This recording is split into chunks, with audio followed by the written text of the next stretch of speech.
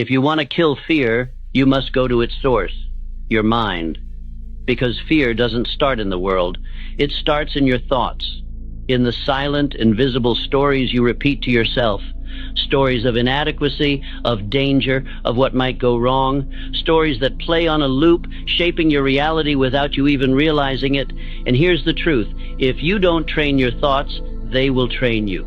Left unchecked, the mind becomes a battlefield where fear always wins. But you're not here to be ruled by fear. You're here to reclaim your mind, to take back the pen and write a new script. And it begins with this simple but powerful realization. You are not your thoughts. You are the observer of your thoughts. You are the architect, the programmer, the one who chooses what gets to stay. So when fear whispers, you're not ready, you don't just accept it. You question it. You respond, says who? When it says you'll fail, you reply, maybe.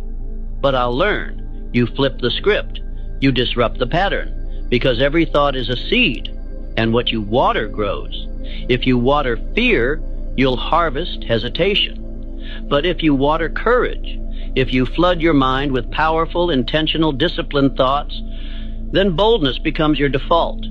This isn't about blind positivity. It's about intentional mental conditioning. The same way athletes train their bodies, warriors train their reflexes, and musicians train their fingers. You must train your mind with affirmations that declare your worth, with visualization that locks your eyes on the outcome, with repetition that makes greatness feel familiar. Tell yourself what you want to believe until it becomes who you are. Speak it, feel it, act on it every day. I am calm under pressure. I face fear and move anyway. I don't shrink, I expand. These aren't just words, they're commands, and your subconscious is always listening. And don't just think these thoughts, live them. Let your actions reflect your new identity. Your mind learns by watching you. So when you do something bold, when you move despite the nerves, when you speak up despite the shaking hands, your brain registers, we do hard things now. That's how identity changes. That's how fear loses control. You're not weak for having fear, but you stay weak if you let it lead. Discipline your inner world, and the outer world will bend to meet it. Guard your thoughts like a vault. Interrupt the lies.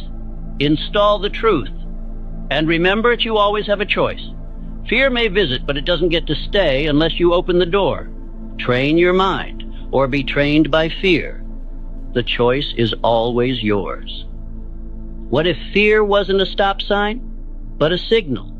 What if the very thing you're avoiding is the thing you're meant to do? You see, most people think fear means don't. Don't go there. Don't try that. Don't speak up. Don't risk it. But in reality, fear is often a compass. It points toward the edge of your comfort zone. And that's exactly where growth begins. That fire you feel in your chest, that trembling in your hands, that's not weakness. That's life, reminding you that you're standing on the edge of something important. That's your spirit recognizing a moment of truth.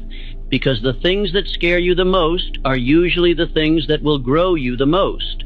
Public speaking, launching the business, ending the toxic relationship, stepping into your purpose. These aren't dangers, they're doorways, and the key to unlocking them is action, not perfection, not certainty, just movement. One step forward, straight into the thing that terrifies you. Courage is not the absence of fear. It is the decision to move in its presence. So when fear shows up, don't shrink. Lean in. Lean toward the fire. Let it sharpen you. Let it burn away your excuses. Let it become fuel.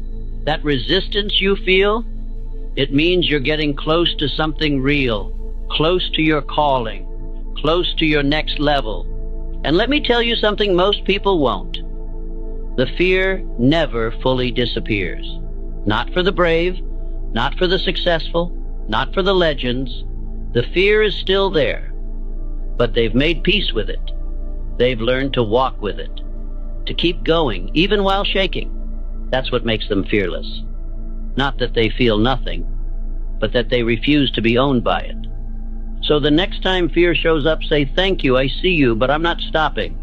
And then take that step, make the call, hit publish, say yes, say no, say the thing that scares you. The moment you lean toward the fire, then the fear begins to fade, and what's left is freedom. Here's the truth nobody wants to hear.